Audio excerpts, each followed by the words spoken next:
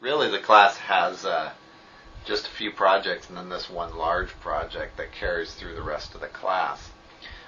In this project, you're going to be creating a creature of your own design, and obviously people go in many different directions with this. This is a example of one that was done by a student. This particular one was done by John Bingham. And the goal here is to create a mesh of a creature with its textures applied either using UV mapping or UV unwrapping. You can also use the pelt mapping within UVW unwrapping as well. And it'll take a while. It's a project that the tutorials will walk you through different pieces and parts, but obviously the tutorials are only going to cover the creature that I make. Your creature, you're going to have to adapt those tutorials to come up with how you need to make your own structures for your creature. Some creatures have hoofs, some have feet, some have hands, some have claws, whatever it is. But you'll need to adapt what we cover in our tutorials to your own creature. And obviously all of these come out completely different from one another, and that's part of the fun of this project. The main points that you're being graded on are the mesh of your creature and the texture of your creature.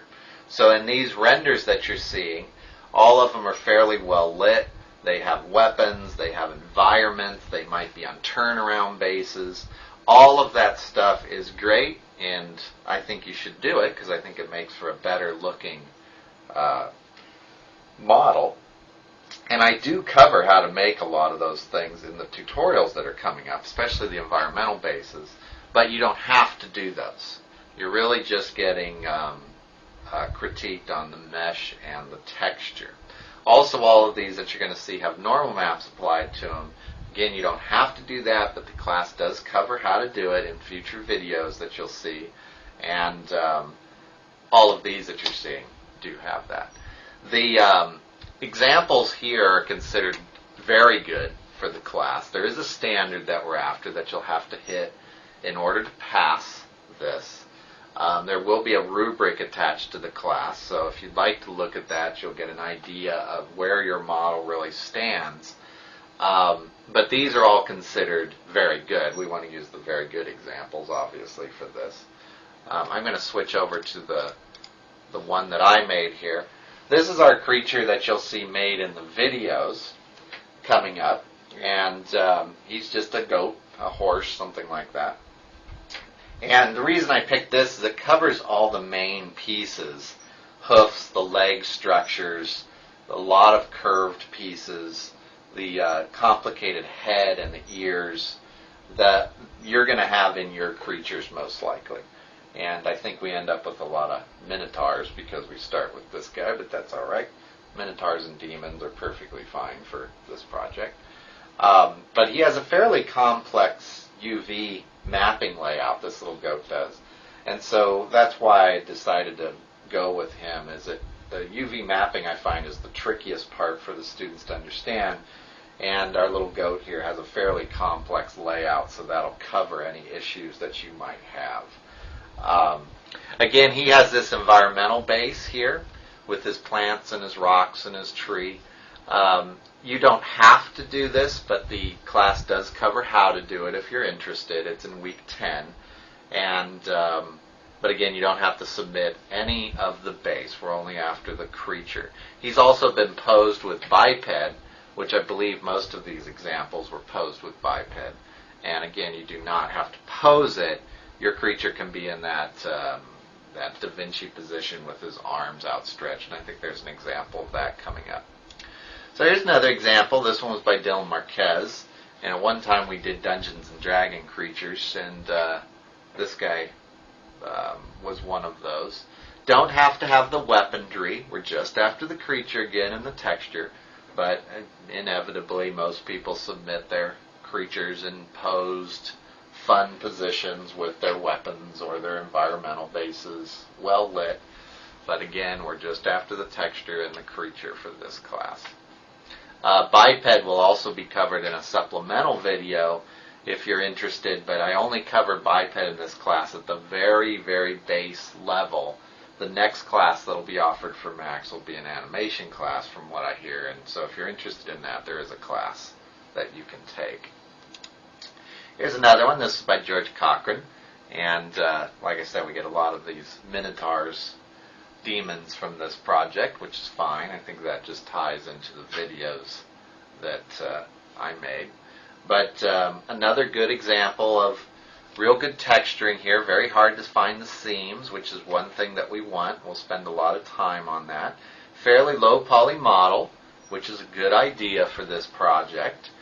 We do not have a poly count on this. I decided against that for this particular model so that I didn't have an overall poly count that you were trying to hit. I thought that might scare you away from certain types of animals or creatures.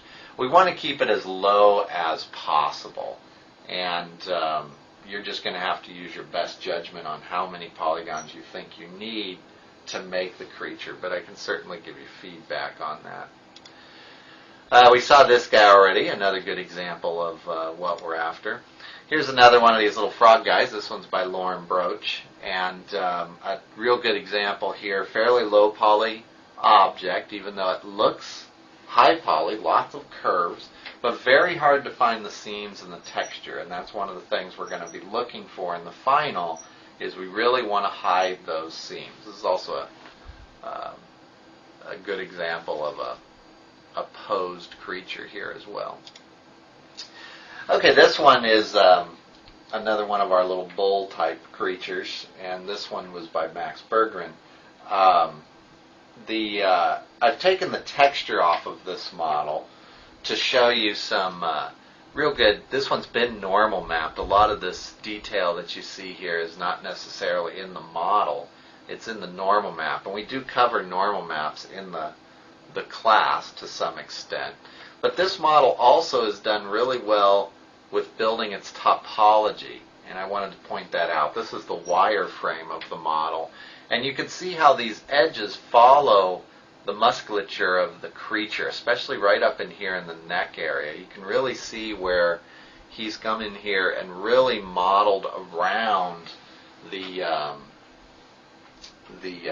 musculature of this animal. And that's something that we want to try to do.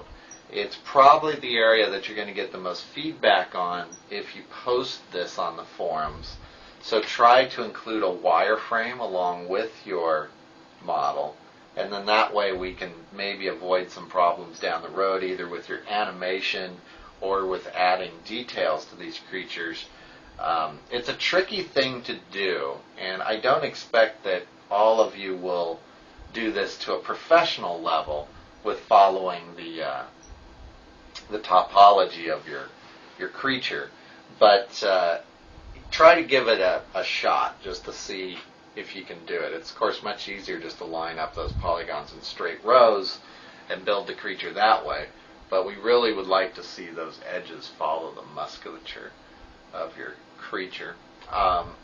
That also brings up a good idea on this project is to post your stuff in the forums as you go. I check the forums a lot so I can give you feedback. Even if you're just at the very beginnings of it, you can start your own forum thread, and then you can post your pictures as you go. It's a real good way of getting feedback, and then that way you're not waiting for a reply from me by email. You can just go to the forum, see what other students do, and see what feedback you got. It'll also help you prevent problems as you go, and maybe you'll get a good idea or two as you build your creature.